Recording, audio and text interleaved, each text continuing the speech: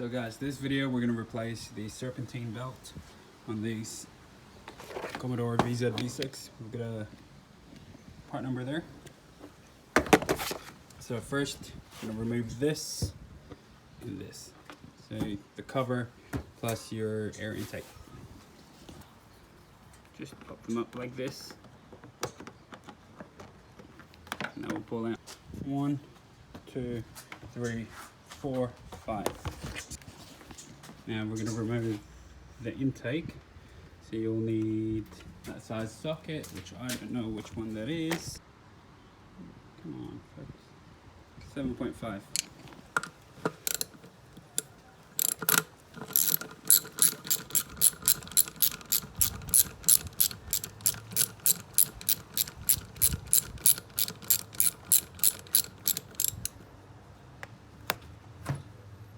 Alright, just remove this one as well.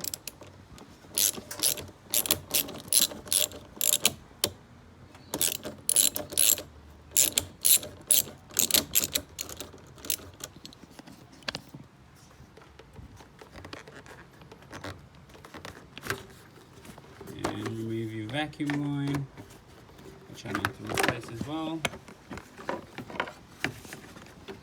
Put a cover on your intake. Take your plastics off.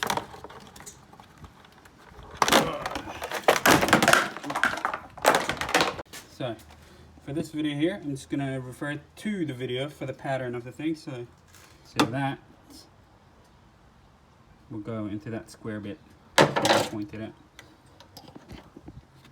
Into this square bit right here. This one. Okay. Pull that this way to release the tension. Pull that off. Take it off from every single pulley that you can find. This belt right here, you just slip it over like so.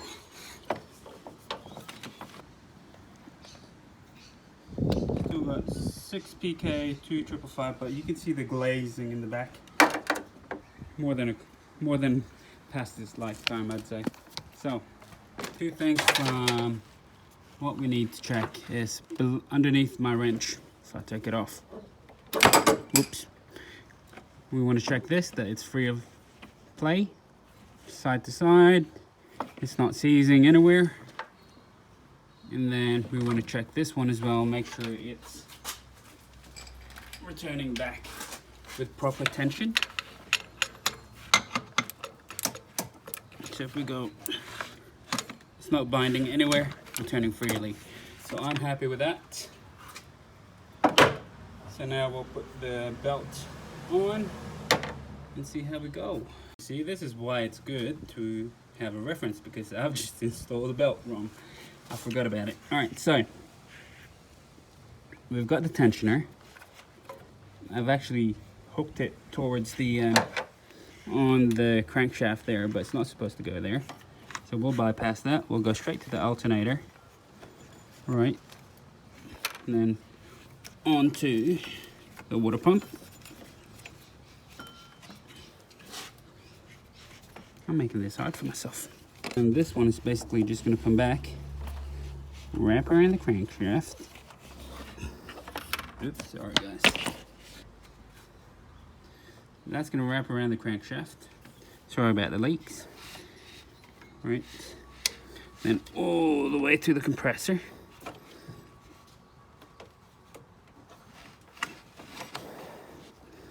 Then to, I believe that's the idler pulley. So we've got the tensioner, that's on properly. We got the crankshaft, that's on properly. The idler pulley's on properly.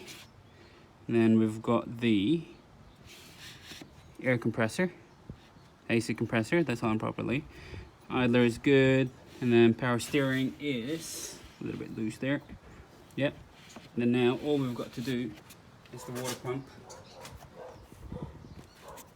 Alright guys, so kind of struggling with this last one, but what I'm doing right now is I'm just using a shoestring to actually pull it all the way back once I've got the tensioner. There you go. Just.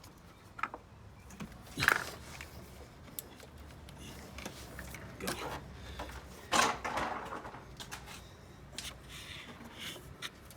So now that that's on there, we're just gonna connect. Oh, that was hard work. So we're just gonna double check that everything is on properly.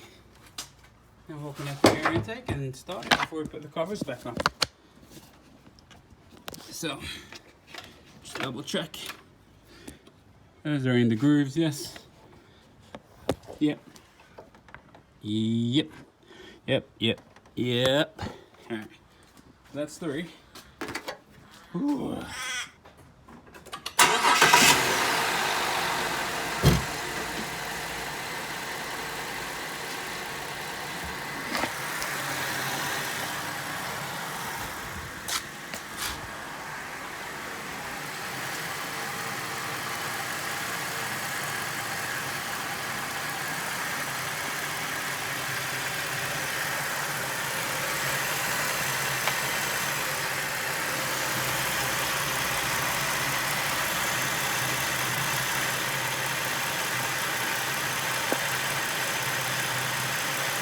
Happy with that.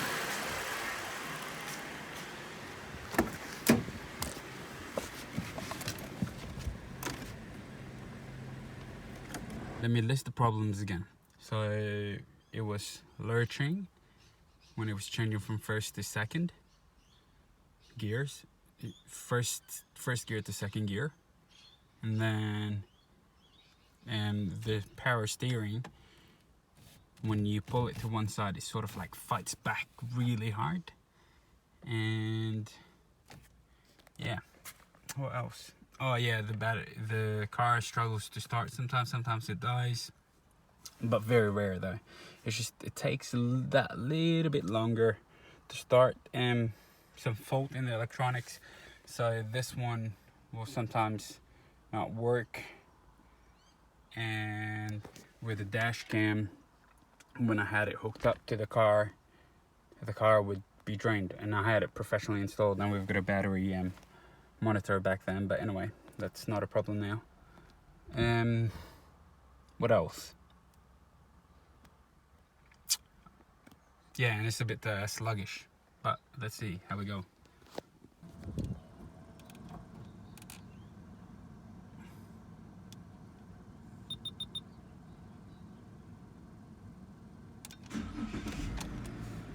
So that started up really well. Oh, and also the temp would be a little bit like closer to the midline, closer to this midline here. But we'll see how we go right now. Right guys, so this is basically gonna be first gear, there's no jerking, second gear.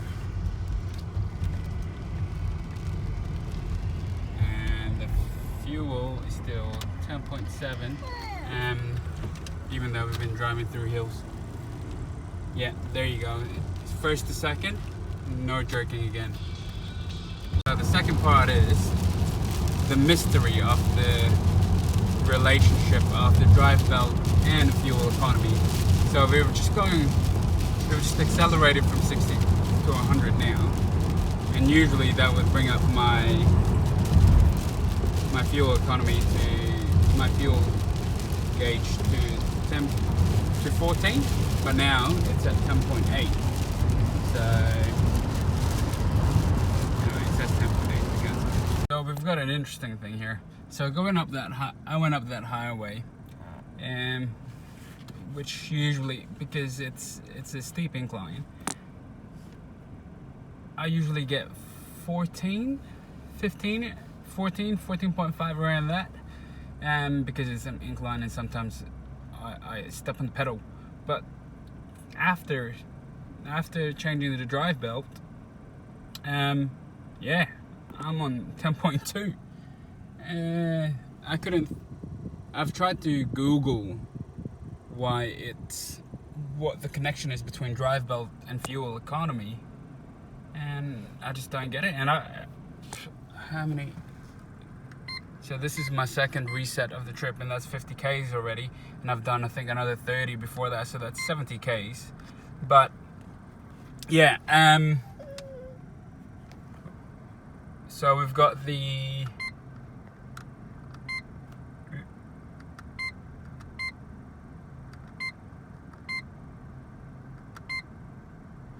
so basically the problems, there's no surging after from first gear to second gear. So, and then there's not a lot of fight there, whereas before it'd be literally pull me back like that. Now it's just, yeah, not much. And electric is started, so 1 second, I'll show you. So we're just gonna turn this on.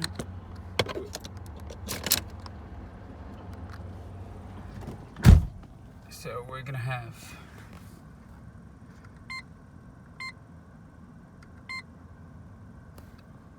at the moment the battery is at 12.6, so that's pretty good. And now it's going all the way up to 14, whereas before it was kind of like, yeah, it wasn't getting up all the way to 14. Maybe it was 13.1 or something. I'm not too sure about the numbers, but it's definitely lower than 14.